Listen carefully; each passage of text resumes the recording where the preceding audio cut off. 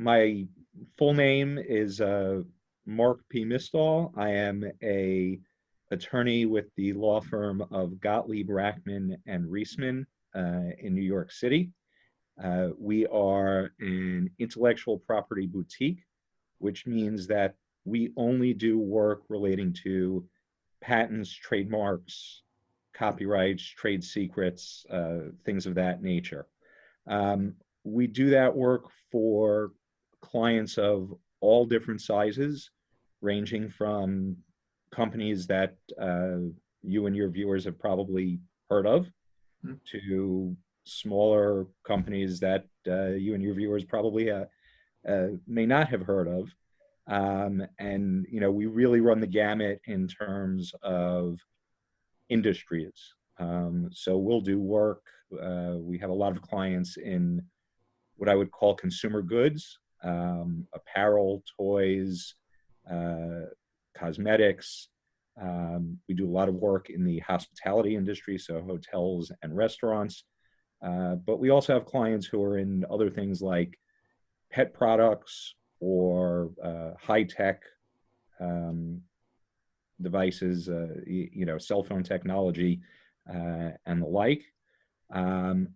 And we do our work both in the US and outside the US, because you have to protect yourself, and we can talk about this a little bit further, but you need to take steps to protect yourself and your company in both locations. It's, as we're seeing today, it's very much an interconnected world, and a lot of times you can't just focus on the US. I think for the first time in a long time, we've truly understood the whole butterfly theory or ripple theory, where one person somewhere in the world can have an impact on everyone. So that's it's interesting times we're living in. No question. Well, going with some of the areas that you practice in specifically, why should someone talk to legal counsel earlier as opposed to later? So I would say that, I'll preface that by saying, regardless of the area, I think it's always good to talk to a lawyer first, before you go out and do things. And that's whether we're talking about intellectual property or employment law or getting a lease or anything. I think that's always a good idea, because there's always some potential pitfall that you may not be aware of. But you're a lawyer, you have to say that. Yeah, okay, guilty as charged. But but all joking aside, I do believe that to be the case, because there's always some pitfall that you may not be aware of. And it's good to have the advice of somebody who is familiar with the area that you're looking at. Specific to intellectual property, patents, trademarks, and copyrights, the key is to get the best protection that you can as early as you can get it.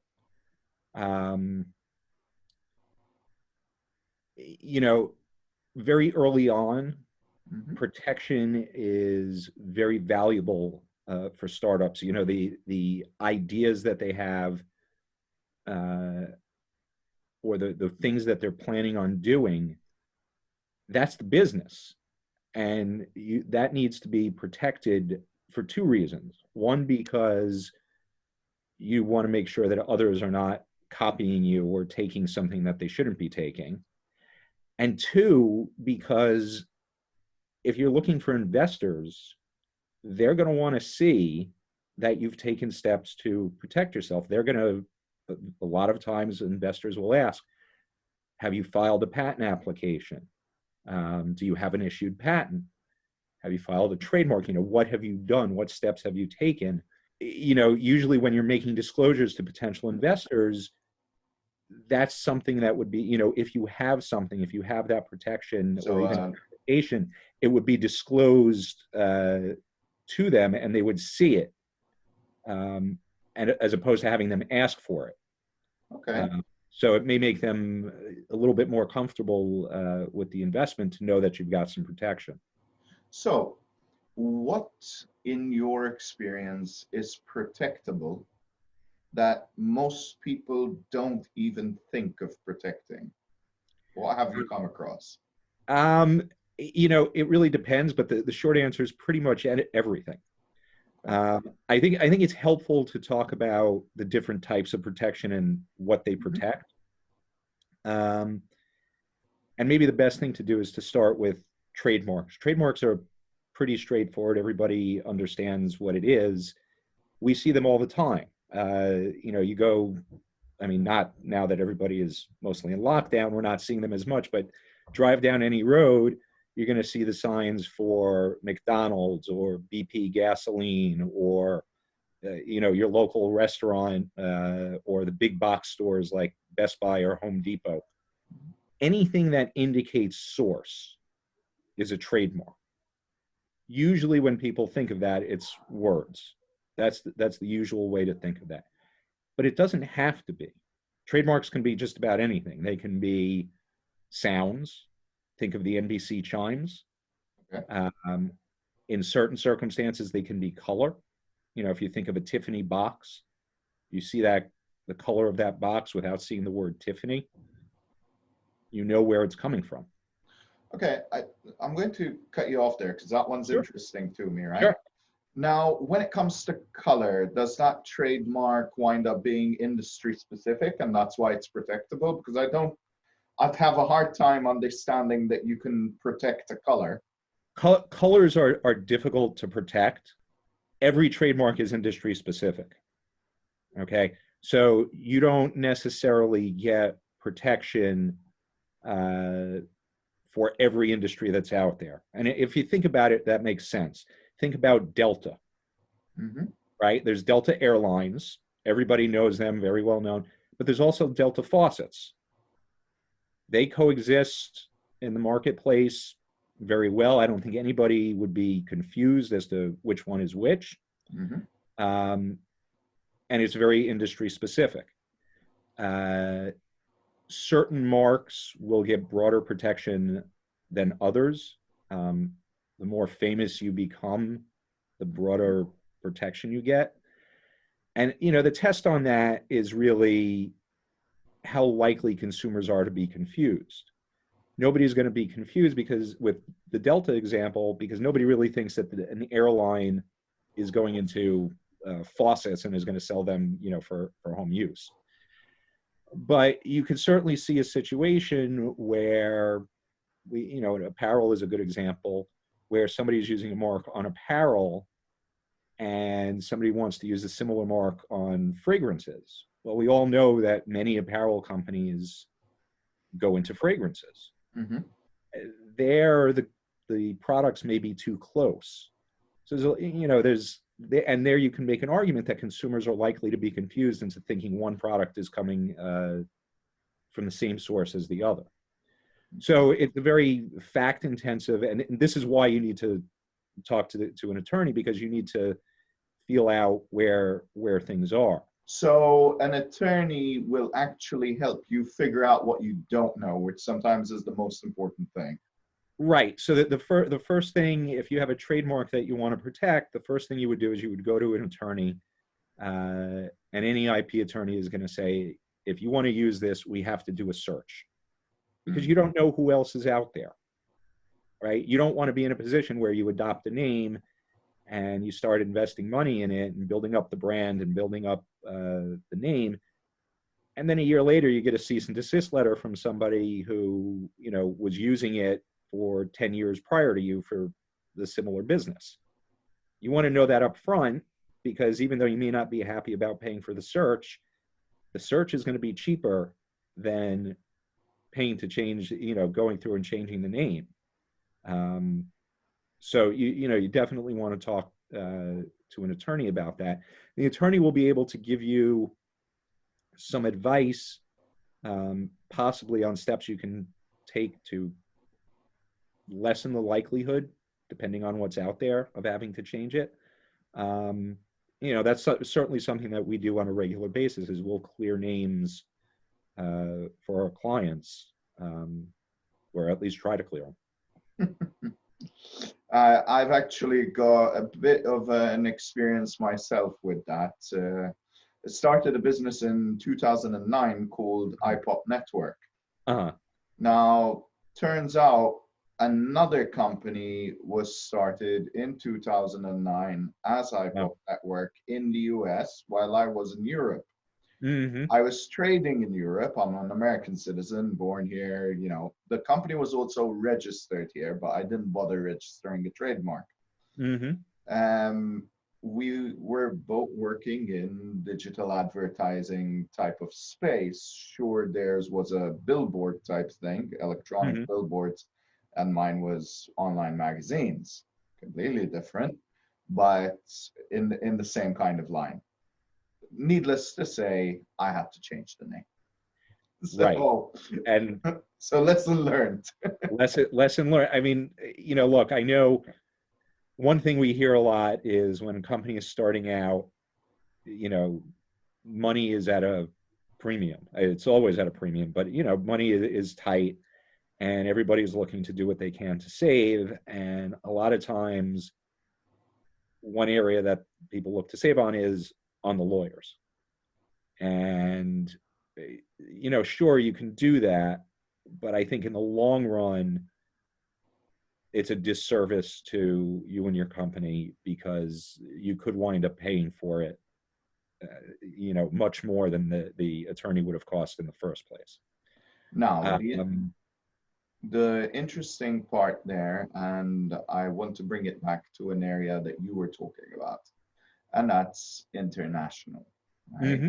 Now, how does that work? So, for example, in my case, started something somewhere else. Mm-hmm. There I was fine. I own the copyrights, trademarks, and everything for that company. Don't use it anymore. We pivoted since then. But how does one navigate laws abroad, and how expensive can that get? Well, I'll answer the second question first. It can get expensive. It depends on exactly what's being done. Trademarks and most intellectual property really is on a country by country basis. So just because you have protection in the US doesn't mean you have protection in Europe, in China, in Australia, wherever it may be. And by the same token, just because you have protection in any of those places, that doesn't mean you have protection in the US. So everything is country by country. And the question becomes, what countries are, or what territories are of most interest and most significance to you? Because everybody's got a budget, and in a perfect world, I'd love to sit here and say, go register in every country of the world. That'd be great. I mean, that would keep me in business forever. It's very unrealistic, because nobody, except maybe Coca-Cola or Apple or somebody like that, nobody really has the funds to do that. So you have to look at a few things, and it really depends on where you are and what you're doing. So the first is, where do you anticipate the bulk of your business coming from? In most cases, that's the US. Okay, so clearly you look at the US. When are you thinking of going outside of the US? Is it going to be immediate that you're going to launch this worldwide? Or are you going to start in the US and then grow it? Maybe you're going to start in Europe and then grow in Europe and then come back to the US. So you need to have given that some thought. The other question, more relevant to the US. Uh-huh. What about state to state, county to county, or is a trademark nationwide from day one? Good question. You can look at things state to state. Most of the times people are looking at the US as an entire market. So you would think to register on a federal level, and that would protect, nationwide. You can register and do things on a state basis. Mhm. Usually that's too small. I mean, it's just, given the nature of business and the way things operate, it's very hard to keep things in one state. Sometimes we see that for restaurant clients. Restaurants, you could see them being in one state, but even restaurants, especially in bigger locations, they'll draw people from all over the country. They'll have visitors from, every state in the nation. And on that basis, you can get nationwide protection. So, really, you're going to focus on state protection if you're only doing business within that particular state. I would tend to focus on US. You're not going to get protection at a level lower than state. Now, risk perspective, right, is something important. How much is it going to cost me versus the risk of not doing it? So, on a rough basis, if we do what we called a comprehensive search, cost for that is roughly about $1,800. Okay.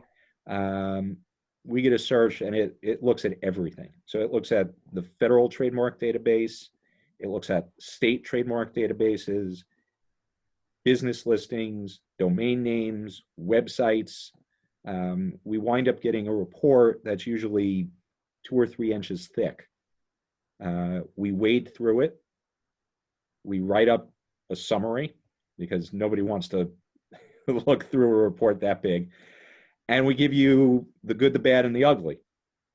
And we say, this is what we think you can do. Maybe you can do this, or you can't do this at all. Stay away. So that's the search part.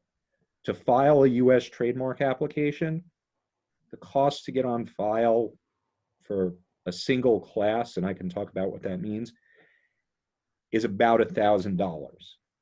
That would include our fee and the government filing fee. All that does, I want to be very clear, all that does is get you on file. Then there can be additional fees down the road because the trademark office looks at things. Oftentimes they come back and raise issues, and those issues have to be addressed. If we've done a search, we can usually anticipate what those issues might be. If we haven't, then we can't, and we have to take it, as we go. It also depends on the way the application is filed. You have to show proof of use to get a registration, and there are different ways, different times at which you can file that. So that $1,000, that gets you on file. Now, here's an issue I know that a lot of people run into nowadays. Mm-hmm. So I'm going to give you a quick scenario and then go out from it, right? Sure. So I decide on a company name. I'm very interested. I start researching it and all that good stuff. Maybe design a little bit of a logo, and I start moving forward. Now I register the trademark, and I run into the following problem, which is my.com. Somebody already has it. And to be specific, I'm going to go with a name that's a little unusual. So not something generic like John Smith Enterprises, where I should have known better anyway. But can a company use its trademark to acquire a domain? And I know there's been different case law and so on, but if you can just give us a bit of a guide there. Sure. So first is, if you went to a lawyer and did that comprehensive search that I described, that would come up as part of the search. The search would cover that and would say, this is what's registered. Okay. That's number one. Number two, if you ran into that situation, at this point, there are now a number of different domains. So if you couldn't get x.com, you might be able to get something else. It might not be as attractive, but it may work. You can get .shop, .jewelry, .pizza. There's all sorts of them. so that may be another option. With respect to your question, it's not an easy answer. The fact that you have a trademark does not automatically entitle you to the corresponding domain name. Okay. And it depends on what's going at, it depends on the situation. If somebody has looked and seen that you registered your mark and then went out and registered the domain name and is offering to sell it back to you, or is sitting on it and it's obvious that they're waiting for you to approach them to buy it, then there are things that you can do. Okay, there are ways that we can deal with that. There are steps that we can take. There are processes in place. Again, I'm kind of keeping this short because I know. Okay, so what you're saying is domain squatting is actually something that can be overcome. Depending on the facts, absolutely. Whereas if someone's actually using it as a business operation that's not in your industry, for example, that's different. Have a very hard time. If right. You open a shower company and he's doing pools and just happens to be using the same name, your trademark might not even hold weight anyway. Exactly right. The thing with domain names, though, is, they're very precise. So sometimes you can get around that by adding a word. Sometimes what I see in my business is a lot of law firms will add, will have a domain name that's their name law.com. Okay. And I have to imagine that at least in some cases, that's because somebody else had a similar name for something else. So there are ways to get around it, by adding wording or numbers or, adding things to the name that might do the trick. But if it's something that you have your heart set on and really want it and don't want somebody else to have it, again, that's the type of thing where I would go talk to an attorney, see what they have to say, because there might be something that can be done about it. We've certainly handled those cases. Frankly, we've been very successful on them. And I think we've got a pretty good feel for what a good case is and what a not such a great case is. I don't want anyone touching my stuff. Right? Right. What else can I protect? What else should I be taking into consideration? So, okay, my name. Yep. But what else is protectable that maybe people don't even think about? There's two other forms of protection. There's three other forms of protection we can talk about. One is copyright. Copyright it's the expression of an idea. The easiest example, the thing people have the easiest time understanding, it's a book, right? You can get copyright in a book or a movie or music. I mean, there's always cases about music. There was just a big case involving Led Zeppelin out in California, everybody's probably heard about it. It was in the newspapers. Copyright, it protects works of art, but it doesn't have to be a work of art. Any kind of book, whether it's a fictional book or a factual book, can get protection. Statues, movies, music, all those things can be protected by copyright, but so can plush animals. Packaging sometimes can be protected. Do I need to file that copyright, or do I normally go to a lawyer to enforce my copyright? You need to have a copyright registration if you want to enforce it. Okay, now I am about to get corrected, and that's the entire point of this. If I write something, or I design something, right, or I take a photo, doesn't copyright automatically get placed based on the you're not going to get corrected. You're actually 100% right. The wrinkle in all of that is if you want to go into court to enforce that right, as a general rule, and there are some exceptions that I'm not going to talk about, as a general rule, you have to have a US copyright registration. Interesting. So even though, and this is what the law says if you create something, the moment it's created, you have copyright rights in it. But if you want to sue, you need to have a copyright registration. Okay. That's the way the law works. I'm not saying it's good, bad, that it should be that way. It should work other ways. But that's how the law works here in the U.S. It's different in other countries. No, but based on that, so now you've got me really interested. So based on that, I create something 10 years ago, right? Work of love, get down, write a book. 10 years later, there's coronavirus, and I decide to work with an editor, pull out that manuscript from 10 years ago, and move on to publishing it. Someone decides to write a derivative version of it, but you can definitely tell that there's a lot of crossover there.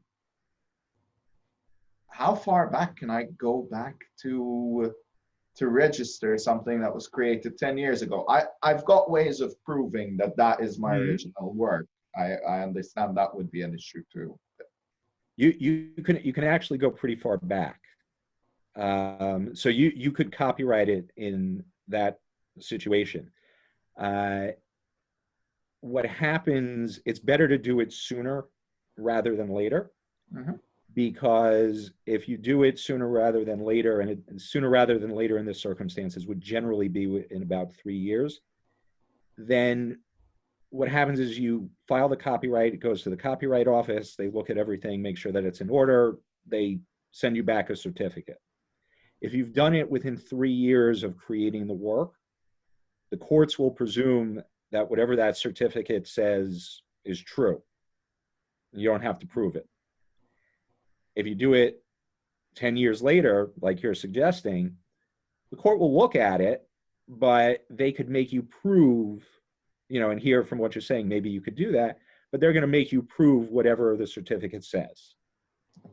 So there's that's an incentive to do it sooner rather than later. There's another incentive, which is if you timely file, and to be frank, I never remember what it is off the top of my head, but if you timely file, you get 2 benefits.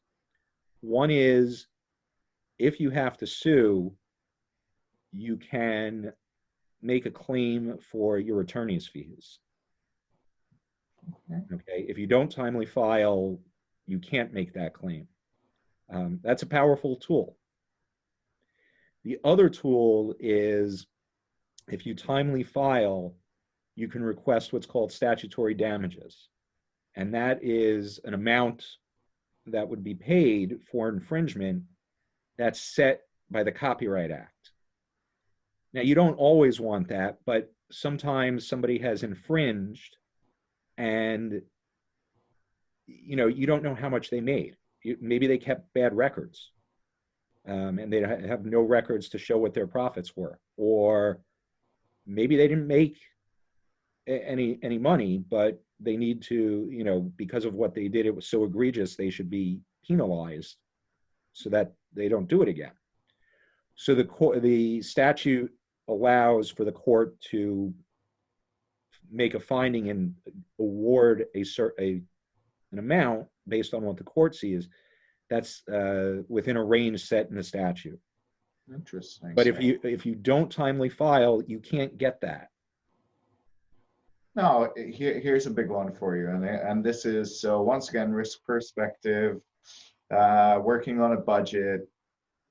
I'm going to ask you approximately how much would it cost to get a work copyrighted, right? To get that registration. And the reason for that is, of course, once again, risk perspective. Is it worth protecting? or not. But I'm going to ask a cheeky question also, and this is especially for my industry, designers, creators, and so on that go into business and make their money that way. Can they bundle their portfolios and file one copyright registration?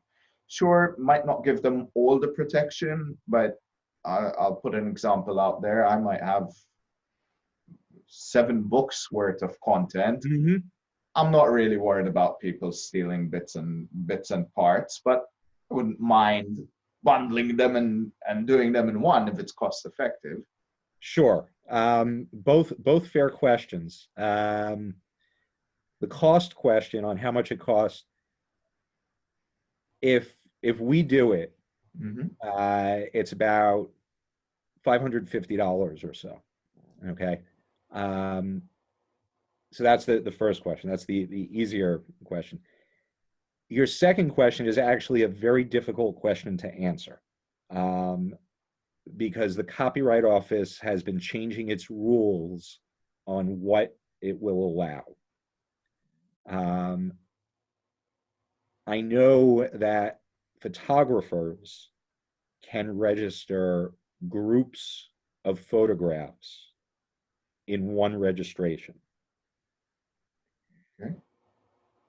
I don't think that multiple books would be accepted in one registration.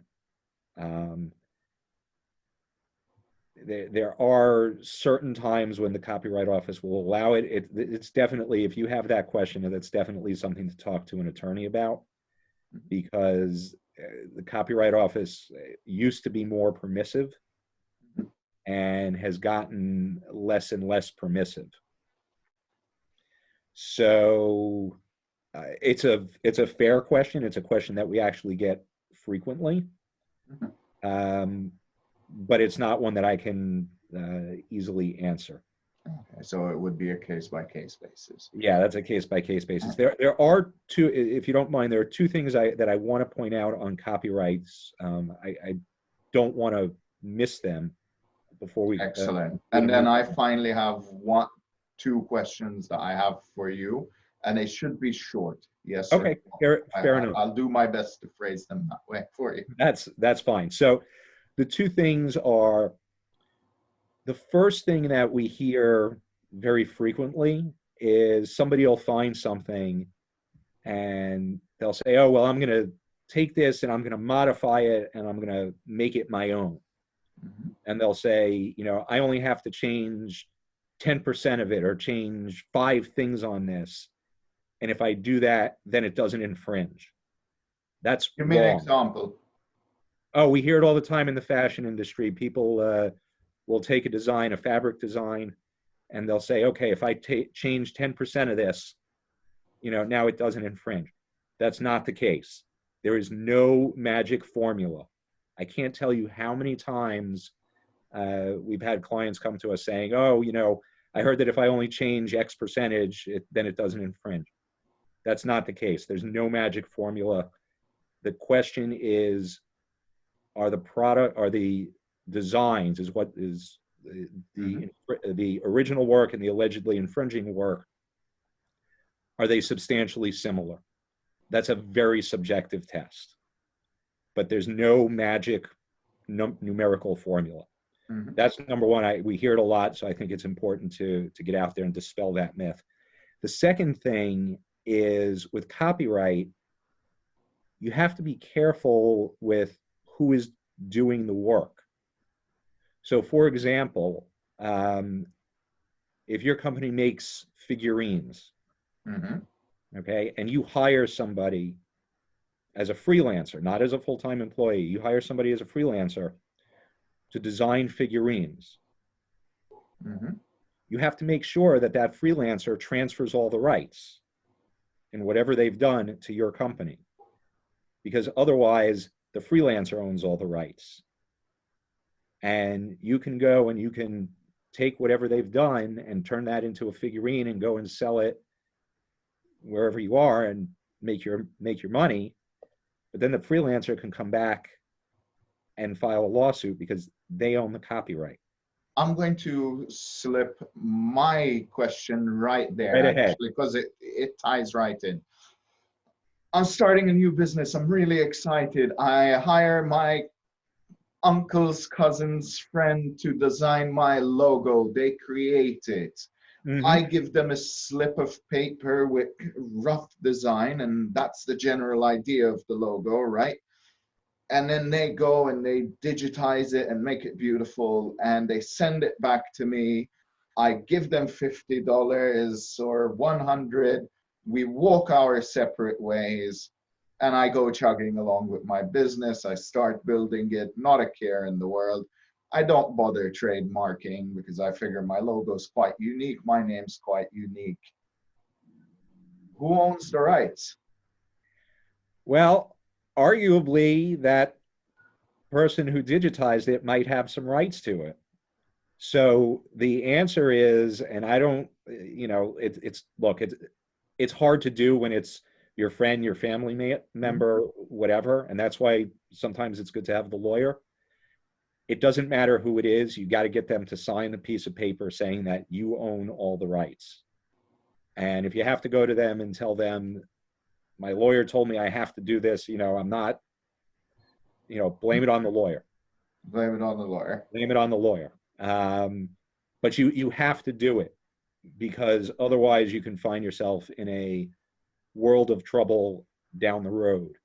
It's different if it's a full-time employee, right? Full-time employees, if they create something for the business as part of their ordinary course of working for the business owns it. But if it's, startups, a lot of times, like I said, money is tight. They're not looking to hire employees. They're having people do things on a freelance basis. All of those freelancers should be signing documents, giving rights to the company.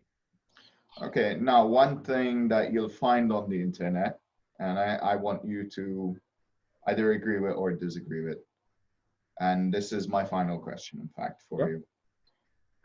Well, I can just put a work for hire clause in an agreement with them, and that's it. I own everything. Maybe, depending on how it's worded. Okay. I would want a work for hire and an assignment, because it's not, work for hire is not really what it is. It's really an assignment.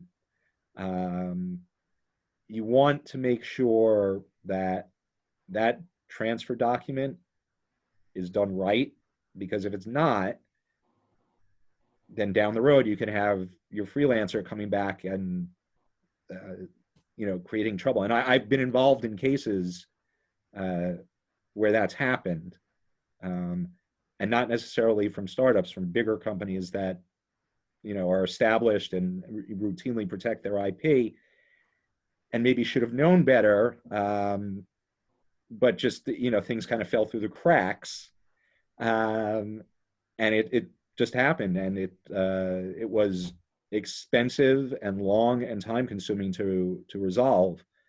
I like that. It's great for me, but nobody else likes it. Of course not. All right. So you've been awesome. Is there anything else you think that maybe we didn't cover that you'd really like to make sure? There's one other thing that I'd like to cover, and I'll do it briefly, and that's patents.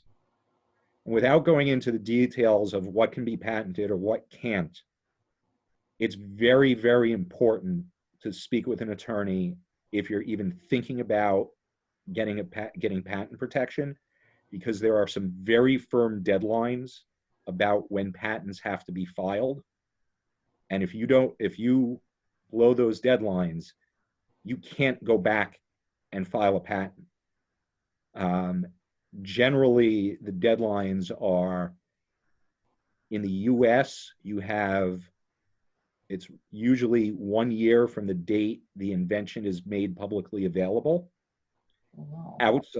And that's firm. It's you miss that 1 year date, you cannot get a patent. It doesn't matter how great your invention is, you're out of luck. It's even more strict in most of the rest of the world, where the deadline is you have to file before public disclosure. So if you have something that is even possibly patentable, you need to talk to an attorney very promptly, and start the process moving, because if you don't comply with those dates, there is just no way to get patent protection back. Okay, I have to counter with a question on that. Hmm? What is patentable? No, what I mean by that is, what is that most people miss? That's all. I'm not looking for a list of everything Sure. that is, but The legal definition in the US is something that is novel and non-obvious. All right. There's a lot of argument over what that means. But for example, if,